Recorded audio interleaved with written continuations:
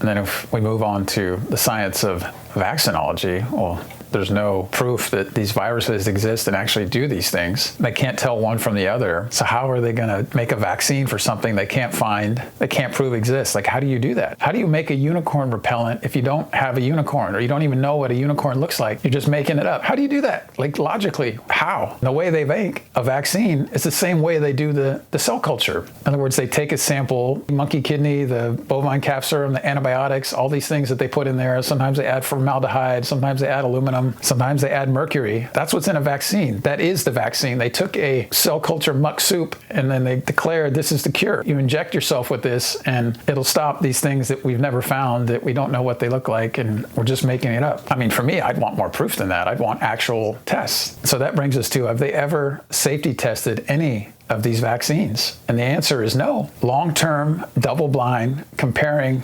vaccinated to unvaccinated over the course of 10, 20, 30 years. They haven't done it, or if they have done it, they haven't published it. There have been some doctors who have looked at their own patient data, and they found that the vaccinated kids were sicker than the unvaccinated, or the unvaccinated kids are healthier. Where's a long-term test? The CDC, NIH, they probably have this data. Why haven't they published it? Where is it? Like a full vaccine-scheduled group of people to fully unvaccinated. Those populations are out there. They exist. Like, why haven't they done those tests to see what the long-term outcome is? What's kind of shady, or super shady, is when pharma supposedly does vaccine safety tests. Often they compare one vaccine to another. In other words, they invent a new vaccine and they do their so-called safety tests by comparing an old vaccine to the new vaccine. And as long as there aren't more health adverse effects or more dangerous outcomes, more deaths, injuries, they say, oh, it's safe. But they're not actually comparing it to nothing, to a placebo, to an inert thing that doesn't harm people. They're saying this punch in the face is just as safe as this other punch to the face, instead of saying, well, where's the people you didn't punch in the face? That would be a logical test. You test the thing against something that's nothing, but they haven't done that. Like, if you actually read these so-called safety studies, it's against some other drug or some other product. So how is that scientific?